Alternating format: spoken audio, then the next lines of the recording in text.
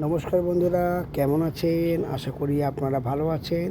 রবিবারে সেনগুপ্ত ফ্যামিলিতে আপনাদের স্বাগত। কি সুন্দর মেঘ দেখুন, অপূর্ব লাগছে দেখতে।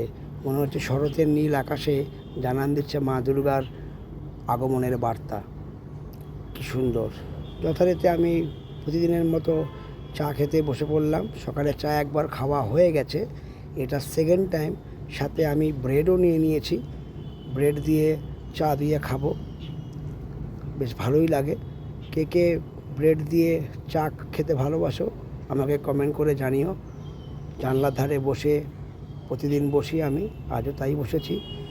প্রাকৃতিক দৃশ্য দেখতে দেখতে চা আর সাথে ব্রেড, খুব ভালো লাগে খেতে ব্রেড দিয়ে চা খেতে। যার যার খেতে ভালো লাগে তারা আমাকে কমেন্ট করে জানিও। ওকে, এবারে আমি একটু বেরিয়ে পড়লাম আমার এই পাড়ার দোকানে। এখানে আমি মোটামুটি জিনিসপত্র যা টুকটাক লাগে আমি এখান থেকে নিই টমদার দোকানে। তো আজকেও চলে গেলাম, একটু টক দই নেব।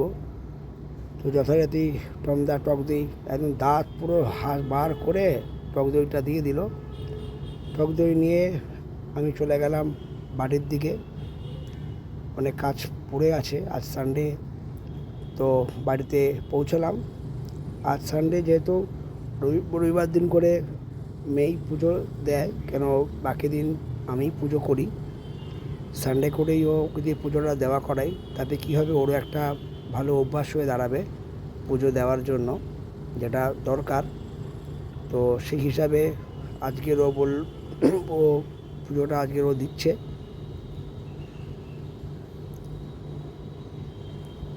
পুজোটা ভালো করে মন দিয়ে যাতে দেয়, ঠাকুরের আশীর্বাদ যাতে সবসময় ওর কাছে যেন থাকে।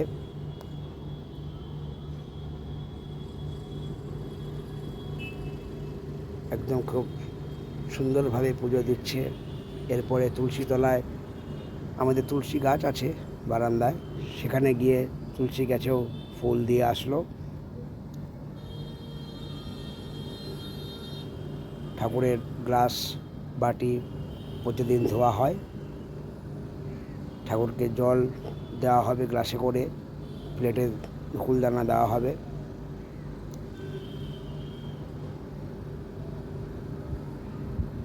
পুজোটা দেওয়া সবারই ভালো, যার জন্য ওকে আগে থেকেই শিখিয়ে দিচ্ছি। ঠাকুরকে নকুল দানা দিচ্ছে।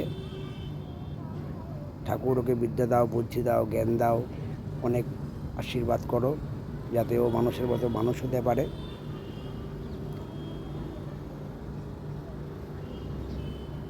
ঠাকুর পুজো দেওয়া হয়ে গেছে সম্পূর্ণ। প্রদীপটা ওকে ধরাতে দিই না, ধূপকাঠি ধরাতে দিই না, ওটার মা পরে ধরিয়ে দেবে। এরপরে চলে আসলাম খাওয়ার দিকে। আগে ভিডিওতে বলেছিলাম যে গণেশ পুজোর খাওয়া দাওয়া দিন সেখানে এত খিচুড়ি খেয়েছিলাম, তার এত গরম পড়েছে তাই রিচ খেতে আর ইচ্ছা করলো না।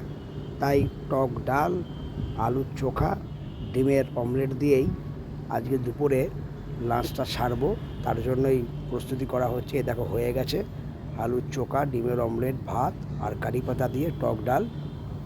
ভিডিওটি ভালো লাগলে সবাই লাইক, কমেন্ট, শেয়ার, ফলো করে দেবেন। মা আর মেয়ের ভেতরে ঝগড়া লেগে গেছে। চলুন আবার দেখা হবে।